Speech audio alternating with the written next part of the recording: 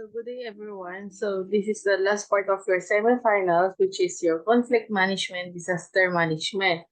So in every barangays, we have this kind of conflicts and disasters. So when it comes to mga gantong decisions, we have this type of management.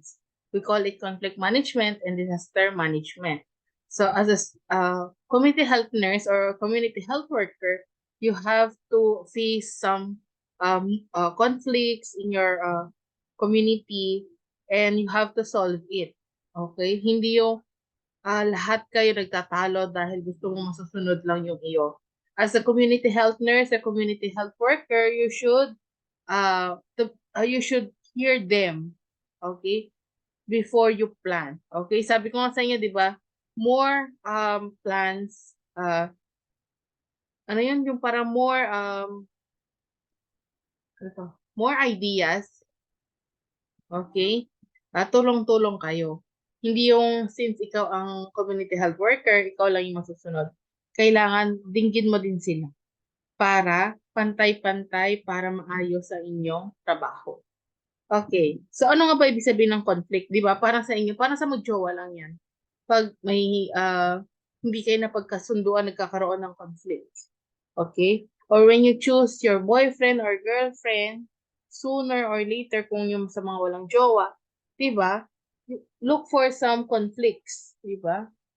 Kung magkakaroon ba kayo ng time sa isa't isa, ganoon din po sa um, community. When we talk about conflict, it is an active effort by individual or group for its own preferred interest at cost of others. So, this effort purposely made by A to offset the effort of B, some form of blocking that will result in frustrating B is attaining his or her goal. So, di ba sabi sa niya, plan A, plan B, plan C. Okay? Kung effective ang plan A, then go with plan A. Pero kung hindi siya effective, then go with the plan B. Ganun po, mag-ayos ng mga conflicts. Okay? Magkakaroon talaga po ng alitan, pero naayos din. Okay? Sa tamang paraan. Hindi yung sumisigaw yung isa, magkikipagsigawan ka. Paano kayo magkakaintindihan kung puro kabulyaw kayo, di ba? Kaya nga we call it teamwork. Okay? So we have these levels of conflict. We have intrapersonal, interpersonal, and intergroup. When we talk about intrapersonal, okay, sa sarili mo at sa sarili mo, sa individuals, sabi na lang natin. And then when we talk about the group, syempre involved na lahat ng sa community. Okay, so what are the views on conflict? We have traditional, modern, functional, and dysfunctional. And when it comes to community, kailangan functional tayo. Okay, bakit? So, let me explain muna ang traditional. When we talk about traditional, yan, nakastay lang tayo doon sa dati. Okay, hindi tayo nag-grow. Kung ano yung kinagisnan, kahit alam nila magkakasakitan, hindi magiging effective, you stay put on the traditional dahil doon, yun yung kinalakihan mo. You are not open for new, di ba? Hindi ka open sa pagbabago, kaya nag-stay put ka lang sa dati. So, ayan, traditional view. So, it's a no-no for us ngayon yan. How about the modern view? It is a natural occurrence. Conflict should be encouraged. It is necessary for harmonious, peaceful, cooperative atmosphere leading to teamwork. So pag sinabi natin modern view, most of the SK chairmans, di ba? And then SK kagawad, mostly, okay? They do this modern view as a leading to teamwork. Pero meron kasi iba, they are very, ano yun? Yung partido nila. Okay? So, medyo nagkakaroon ng alita. Pero supposed to be dapat teamwork sila. Okay. We have this functional. Di ba? Sabi ni ma'am, bakit functional? Conflict that supports the goals of the group and improve the performance are functional or constructive form of conflict. It is creatively managed that shakes people after their mental ruts and give them new points of view. Okay, yung kailangan maging open tayo. Kaya nga 'di ba, yung mga ano yung parang gusto kayong kunin magtrabaho sa inyo, open-minded ka ba? Ganyan ganyan. So that's what we call functional. Kailangan open-minded ka, kailangan open ka sa mga new ideas para maging effective yung plano nyo sa community. And then we have this dysfunctional conflict, which is a no-no. Okay? It is a conflict that hinders group performance due to poor communication, lack of openness and trust between people, failure to be responsive to the needs and aspirations of the others. It's a no-no for us. Sige nga, magtrabaho ka ng wala kang pinapakinggan. Nakikita mo kasi lahat ng achievements niya and not knowing na naiinggit ka na pala. So, ang ginagawa mo, supposed to be, dapat i-cheer up mo siya lalo dahil naka-achieve siya ng maraming bagay sa barangay niya. Pero, mas dinadown mo siya, mas pinagchichismis mo siya, binabaliktad mo lahat ng tungkol sa kanya. So, that's what we call dysfunctional conflict. Ganyan din sa barangay. Kasi nagkakaroon ng inggitan, di ba? So, hindi sila nagiging good in communication, di ba? Nagkakaroon din ng mistrust and failure to respond, okay? So, let's go back to our levels of conflict. When we talk about interpersonal conflict, we have 3 types: the frustration, goal conflict, role conflict. When we talk about frustration, there's an obstacle that hinders a person in attaining a goal is a source of a frustration. Okay? Meron ka ng goal sa isip mo, okay, as an individual. Pero, may sumawsaw do sa idea mo. Ngayon, nagkaroon ka na ng frustration. Tama ba? Gagawin ko pa ba? Diba? So, marami ka ng tanong sa sarili mo. Pwedeng mag-cause yan sa environmental factors, the personal inadequacies, and conflict frustration. Okay? Di ba? Nagtatalo kayo ng konsensya mo. Okay? So, that's what we call intrapersonal. So, we have this goal conflict.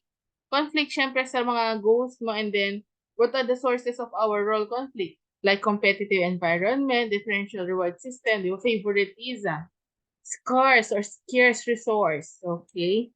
Role ambiguity and cultural differences, okay? Nowadays, yan, very, ano ang cultural differences?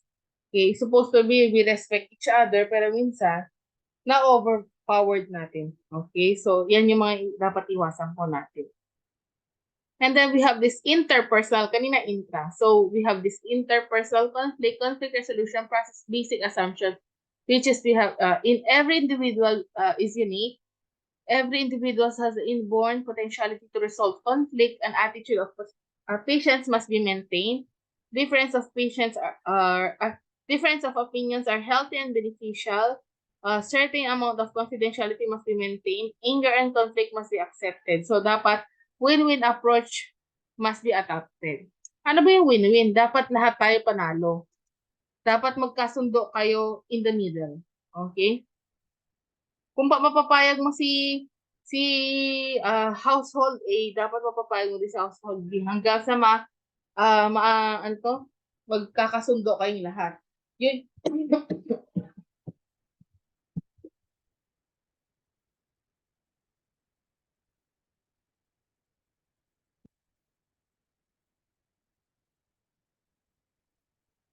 So, ayan. Sabi ko nga sa inyo, mas magiging effective ang pagiging community health worker mo kung nasa win-win approach kayo. Magkakasundo kayong lahat. Okay? Kunwari, meron silang idea, share nila. Ikaw, since open-minded ka, sige, nag-gather ka muna ng information. Tapos, in the middle, parang isa-summarize mo siya. O sige, ganito palang gagawin natin kung ganito yung mga gusto niyong gawin. Oh, that's what we call win-win approach. Okay? Then we have, ayan, ano ba yung mga resolutions natin? Siyempre, we have to define the problem and then collect. Sabi ko nga sa inyo, i-gather nyo lahat ng informations, the facts, and the opinions, and then consider all solutions proposed. Diba? Parang sa NCP lang niya, ilalagay mo siya sa implementations or in your planning. And then define the expected result, yan, evaluation, then select the solution and implement the solution. Diba? Para lang po siyang NCP talaga. Like, if, diba, if you remember your activity, yung pinagawa ko sa inyo nilagay sa 1/8 illustration board, ganun yung mga ginawa nyo. Yun yung mga goal nyo sa barangay ninyo. You can share it to the SK chairmans or sa barangay, di ba? Pwede kayo mag-open symposium, ganyan. Even you are a student, you can do more, okay? You can do a solution, di ba? Hindi sa dahil nagpapakitang tao ka o bibo ka. You are concerned as a student nurse. You are concerned as a future nurse. At nakikita mo na, di ba? Student ka pa lang pero nakikita mo na yung problema. How come na lang pag nurse na kayo? Di mas makikita niyo pa po yung maraming problema sa barangay. So strategies, we have competition, collaboration, avoidance, accommodation, compromise. Di ba sabi nga natin, ma'am, di ba iniwasan natin magkaroon ng competition? Sige. Ano ibig sabihin ng competition? When quick decision is vital, on important issues where unpopular actions need implementations. On issues vital to the organizational welfare and when you know you are right. Against people who take advantage of non-cooperative behavior. Okay? Kailangan palaban din tayo. Marunong tayo manindigan. Di ba? Hindi yung, yes man, yes. Learn to, learn to say no din. Okay? Pag alam nyo hindi magandang idea, um, mag-open kayo ng parang rationale. Nabanggit niyo po kasi na ganito, parang hindi po ata makakabuti kasi may mga ganto-ganto. Ayan. Marunong tayong mag-defend, di ba? Para tayong lawyer din. So that's what we call competition. How about collaboration? Collaboration is a teamwork, di ba? When your objective is to learn. Find an integrative solution when both sets of concerns are too important to be compromised. Okay, then avoidance. When an issue is trivial, okay, to let people cool down and regain their perspective when others can resolve the conflict more effectively. You have to avoid yung mga dapat i-avoid. Okay, and then accommodation. When issues are more important to others than yourself to satisfy others, to minimize loss when you are outmatched, and when harmony and stability are of especially important. So that's what we call the openness and trustworthiness accommodation. You have to accommodate them. Okay? Hindi na porke nakikita ka lang na um, gusgusin, ganyan. Hindi mo na sila i-entertain. Okay? Sila nga yung mga in need eh. Kaya nga nagkaroon ng nurses sa community. Kasi sila yung dahilan why we do this or why we have this kind of job, di ba? Then compromise. To achieve temporary settlements to complex issues when opponents with equal power are committed to mutually exclusive goals to arrive at expedient solutions under time pressure. So kailangan magkaroon tayo ng time management. We have to compromise the time, lalo na pag may mga gatherings po tayo na short time. So we have this, di ba, we're done with the conflict management. So how about in decision making, di ba? As a nurse or as a community health worker in your community, syempre you have to become part of the decision maker, lalo na pagdating sa health. Okay, so we have three types. We have the convincers, carers, and calculators. When we talk about convincers, di ba? Kailangan ma-convince mo sila in your words, in your actions, okay, di ba? Kailangan open-minded ka, di ba? Parang ano lang yan, ang tawag doon? Yung, meron may tawag dyan, pero nakalimutan ko. Basta yung magaling kang humila, di ba, in a group of friends, ganyan ka dapat, magaling kang mag-convince, di ba? Para ano mo sila, maakit mo sila at maging kaibigan mo sila. Parang ganun lang din sa nursing, di ba? As a community health worker. Become a convincers. They are the persuader, promoters types.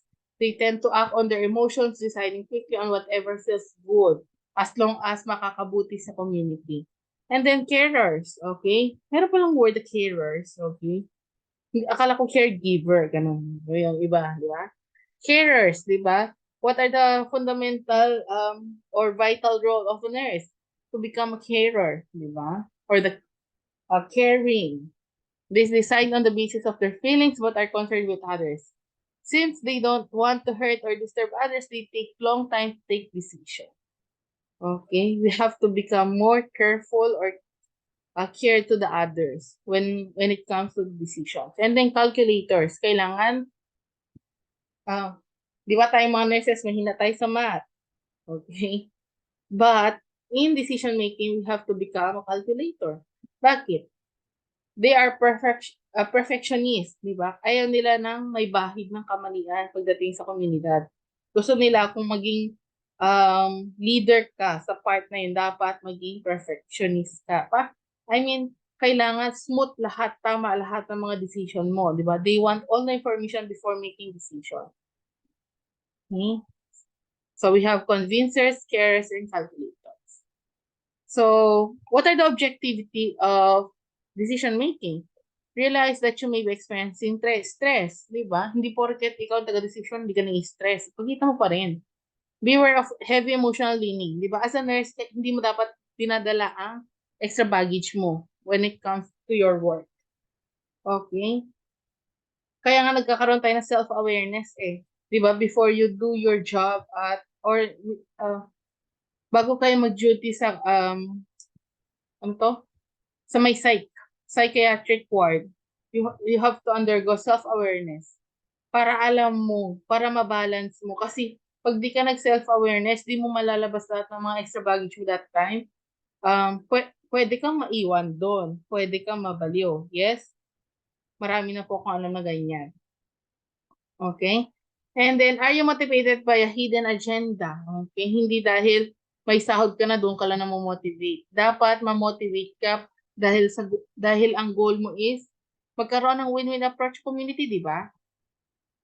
So, hindi lang dapat sahod na nagpapaano lang sa'yo. Alam ko, mas ginaganahan magtrabaho pag may pera, pero iba pa rin yung tulong na bibigay natin sa community. And then, self-deception of wishful thinking can cause erroneous judgments.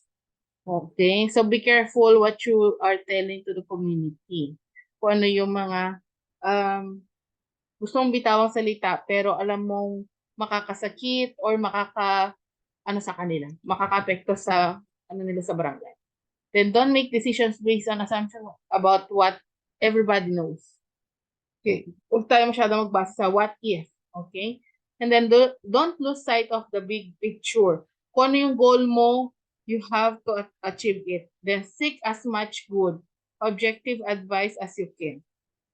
Okay? As a nurse, isa ka ding great counselor. Okay? Hindi lang si kapitan.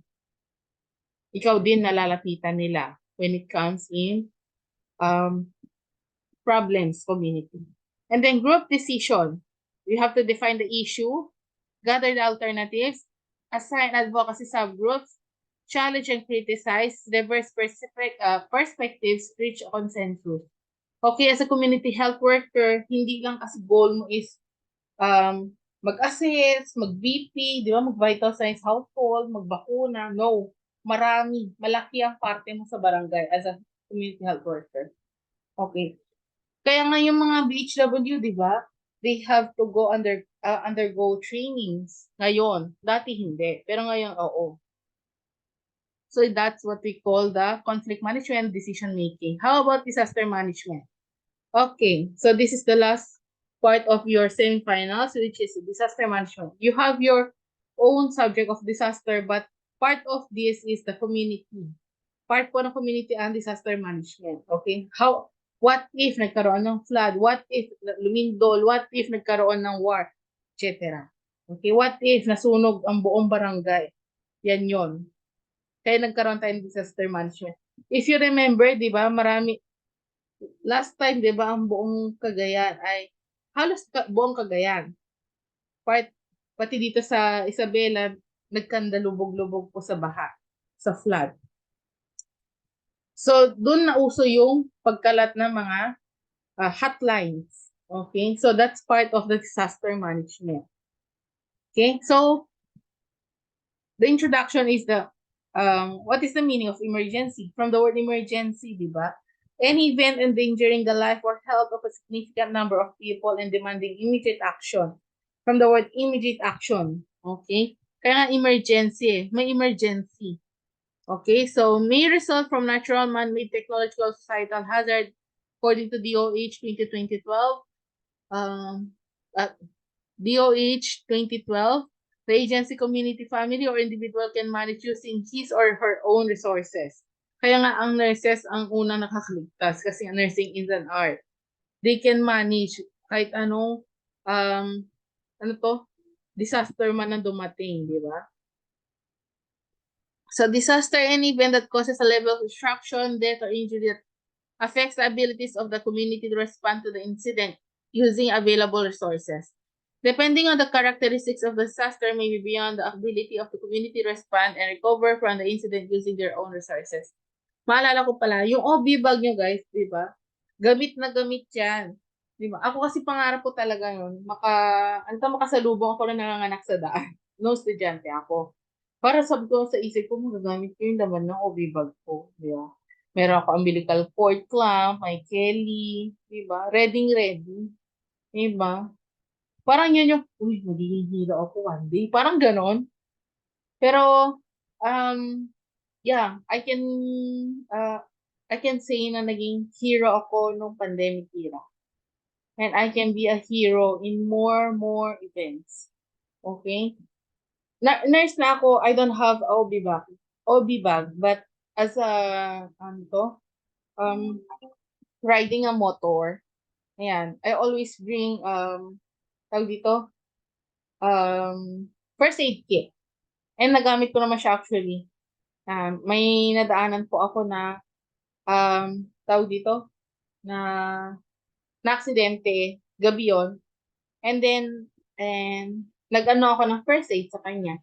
So, behind that cameras, behind that videos, I can manage. Hindi ko kailangan ng fame para lang po doon. Gusto ko lang talagang makatulong, di ba? So, that's what we call disaster management. You can use your your profession everywhere. Kahit student ka pala, magagamit ko siya. Okay? So, disaster, any event that causes a level of destruction, ayan, sinabi ko na kanina, depending on the characteristics of the disaster, may be beyond the ability of the community to respond and recover from the incident using their own resources. Wait lang, guys.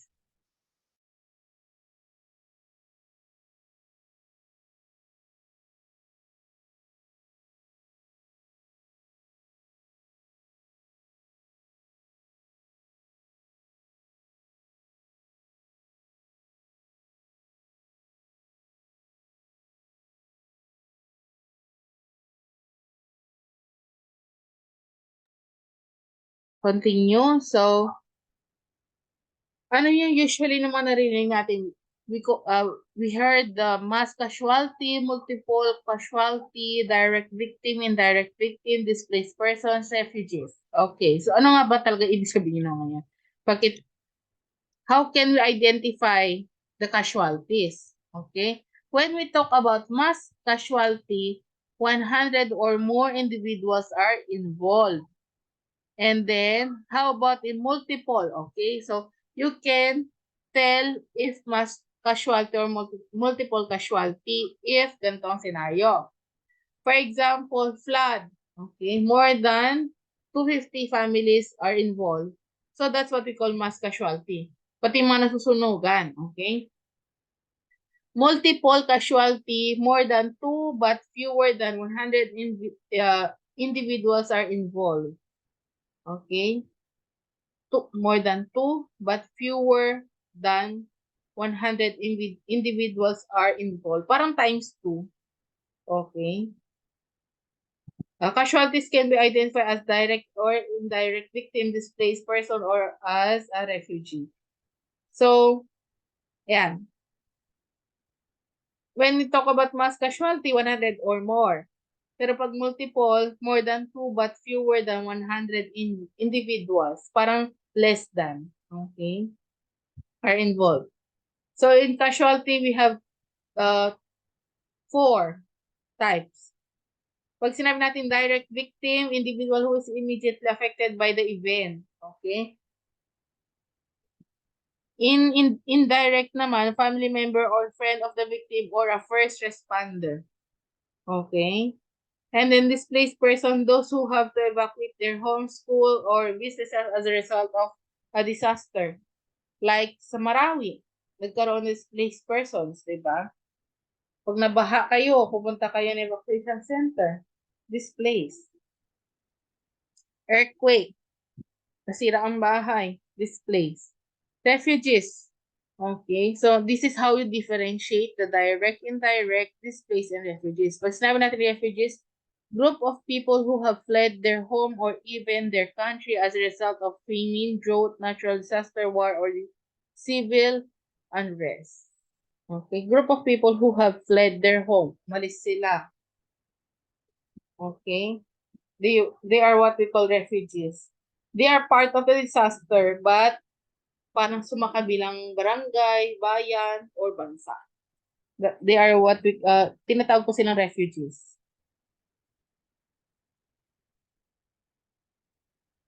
Okay? So, we have types of disasters. We have 5. Nadagdagan siya actually, wala to dati eh. Sa amin parang wala noon. Nung, ayan, mga batch 2018, parang wala pang natik. Ang naano lang namin is 4. Natural, biological, technological, and societal. Parang ngayon nadagdagan. Sa pagkakalala ko. So when we talk about natural hazard, yan, physical force such as physical as in typhoon, flood, landslide, earthquake, volcanic eruption or activity. And then biological hazard like mga toxins, mga yung sinasabi di ba nila dati na ang COVID daw ay biological kasi may parang kinalat na to na toxins or bioactive substance ganun nila pero hindi or pwede din. Di ko din masabi kung anong part si ano eh. Pero sige, feeling ko pwede na din siya sa biological. Okay. So yeah, for examples like disease outbreaks, red tide poisoning, di ba? Yan, a biological hazard is part of disease outbreaks. Pero hindi ko kasi masabi eh, di ba? Feeling ko parang sa war nga yan eh. Baka societal pa nga ang COVID. Pero hindi ako sure. Okay? So, pag sinabi natin natural, made by environment. Pag biological, like illness or red tide poisoning, di ba? Red tide, na ano sa tubig, di ba? And then technological hazard arises from technological or industrial conditions, including accidents, dangerous procedures, and infrastructure failures. Like yung parang, tawag dito? Yan, aksidente, ano pa mga pwede about technology. And then societal hazard results from the interaction of varying political, social, or economic factors which may have a negative impact of the community like stampedes, armed conflicts, terrorist activity, riots, or wars. Yan ang societal hazard. And then yung nadagdagan na NATEC, natural technological disaster. Natural disaster that creates or results in a widespread technological problem like earthquake that causes structural collapse or of roadways or bridges that in turn brought down electrical wires and caused subsequent fires, chemical spill, resulting from a flood. Okay? So, yan ang NATEC. Yung mga road rails gawin yan, affected. Paano naging next one? Okay. Di ba, for example, Lumindol, di nag-collapse yung tulay. Di ba? Kasalanan nung earthquake eh. So, natural and technological. Okay? So, we have this terrorism. Okay? Criminal acts including against civilians committed with the intent to cause death or serious bodily injury or taking of hostages with the purpose to provoke a state of terror in the general public or in a group of persons or particular persons, intimidate a population or compel a government or an international organization to do or to abstain from doing any act. War. Okay, that's what we call terrorism. Di ba? War is, yan, nag-aaway ang dalawang opponent. Terrorism is sila yung parang terrorismo is sila yung sumakop, parang ganun. Weapons of mass destruction. Any weapon that's designed or intended to cause death or serious bodily injury through the release, dissemination, impact of toxic or poisonous chemicals or its precursor. Okay, so that's what we call weapons of mass destruction. So what are the characteristics of disaster?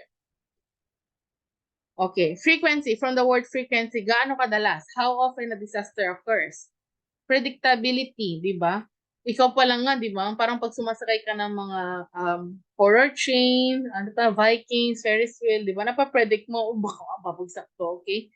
So that's what we call predictability, the ability to tell when any for disaster event will occur. Pwede ding aftershock, di ba? After lindol. So that's what we call predictability.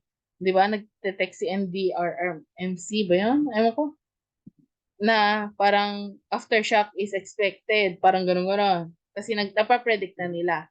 And then preventability, okay? As soon as possible, pwede mo siyang maiwasan. A characteristic indicating that actions can be taken to avoid disaster. And then imminent speed of onset of an impending disaster. Okay, kung gaano kabilis. Kung kanina gaano kadalas, frequency imminence is gaano kabilis. And then scope and number of casualties, the range of its effect. Dapat para kang merong naka-spot mapping na pwedeng delikado dito kasi may mga ganito. Ayun yung mga predictability, may mga prediction ka na. Okay? The intensity describes the level of destruction and devastation. Okay? Gaano kalakas? Intensity. So we have this disaster management stages. We have prevention stage, preparedness and planning stage, response stage, recovery stage. When we talk about prevention stage, occurs before a disaster is imminent and is known as the non-disaster stage.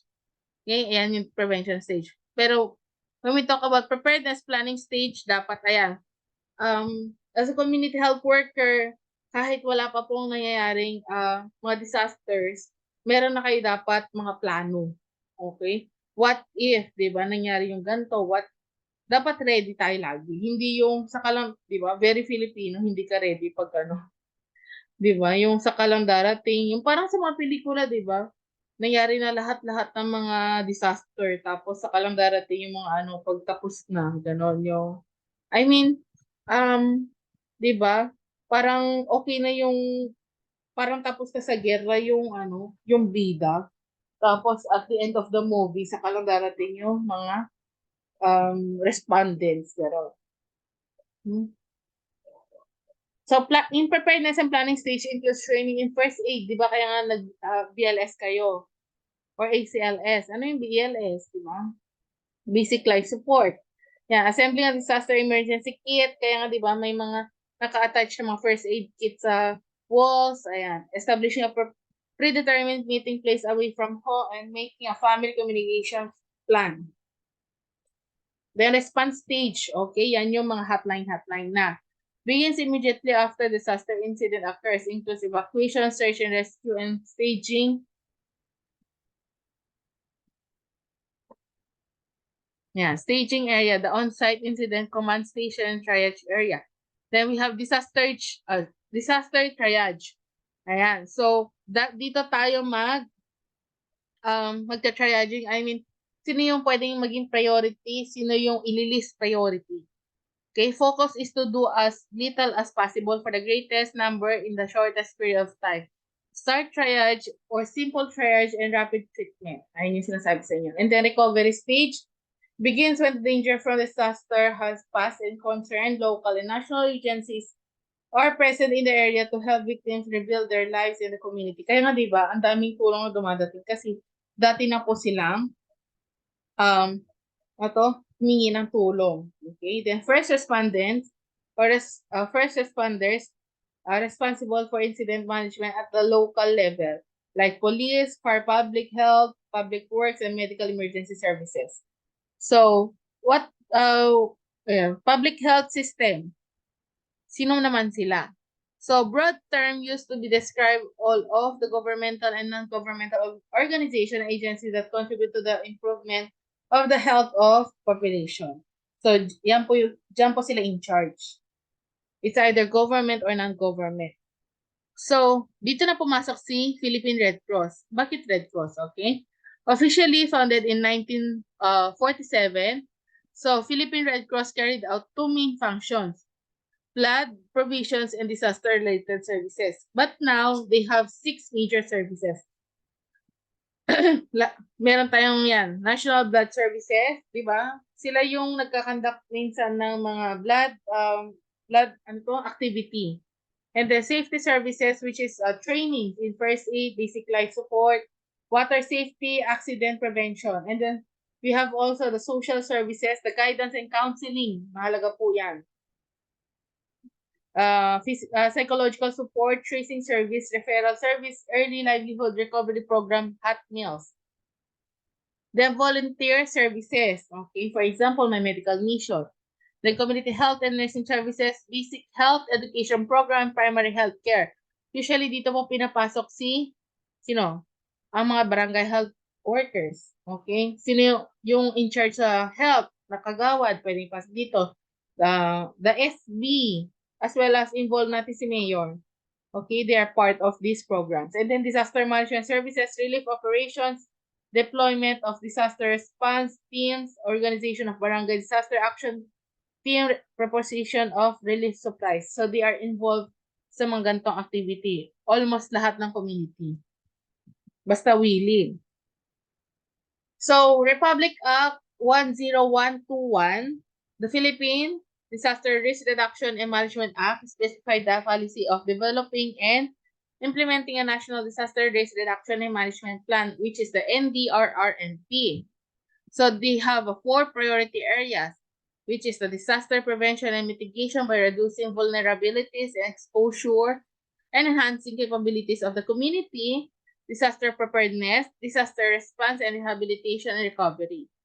So we have this ICS, which is the Incident Command System, standardized on scene, all hazard incident management concept. So the command staff composed of people who report directly to the incident commander usually includes the public information officer, may ina-assign tayo dyan, and then the safety officer, the liaison officer, the general staff. When we talk about public information officer, so provides the public media and or other agency with required information related to the incident. Okay, sila po yung nagre-report. And then we have safety officer monitors operations related to the incident and advises the incident command on matters of operational safety, including the health and safety of responding personnel, has the authority to stop any unsafe act.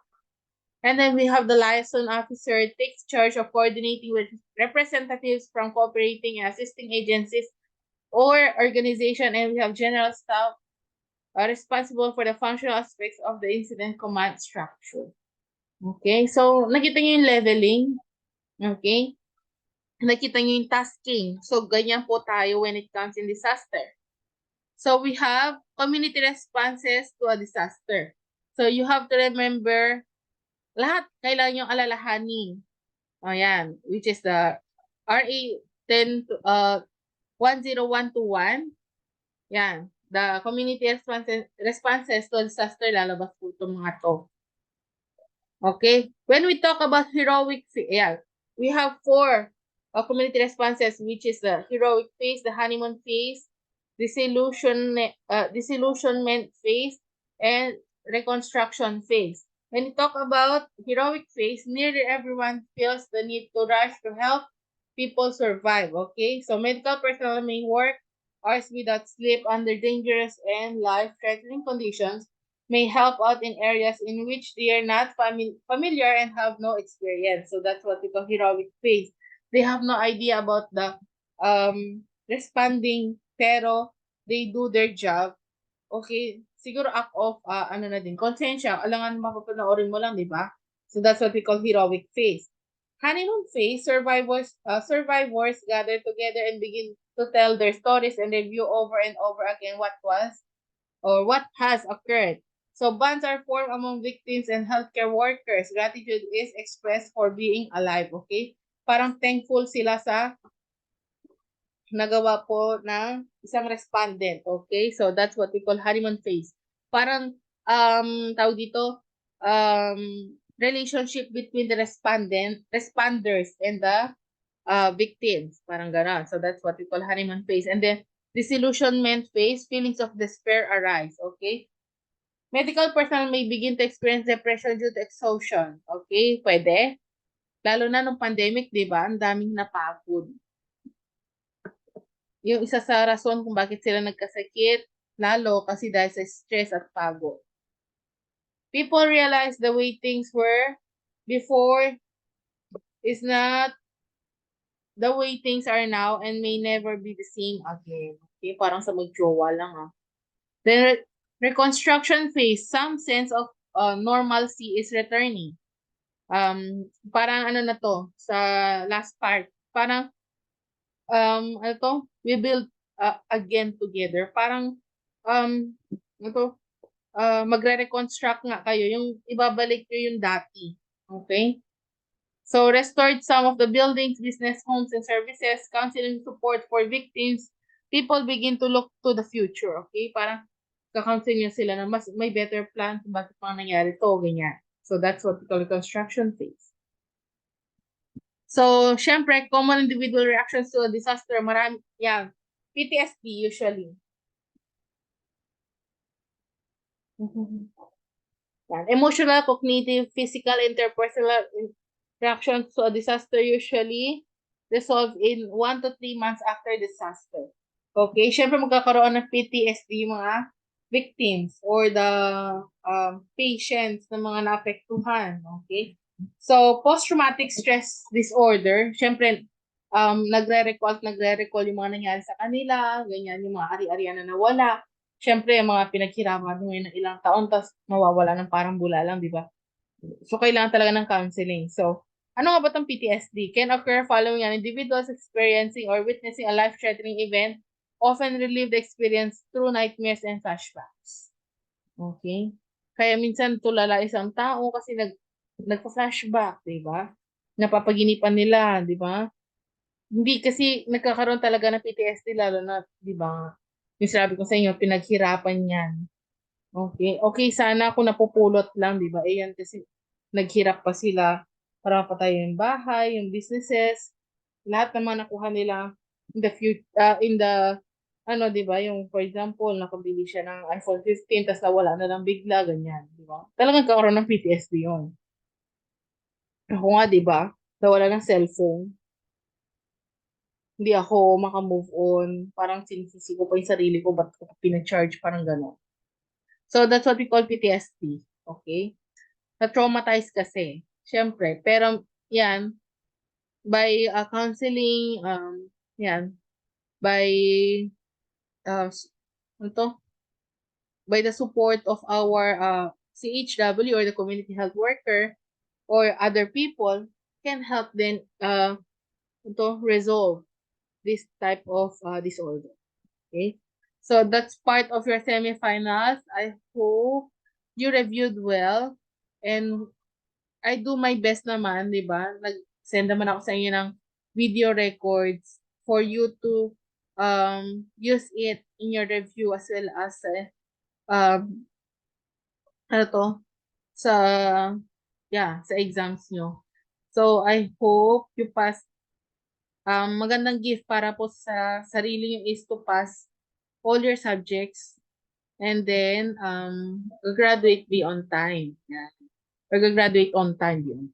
Graduate on time. So, I think dyan na lang tayo so you can use the rest time to review. Okay? Huwag na magwalwal. Okay? Saka na kayo magwalwal pag okay na kayo, settle na kayo sa mga lahat ng re-reviewin nyo. Okay? So, study and pray na din. So, ayan. Thank you so much and God bless.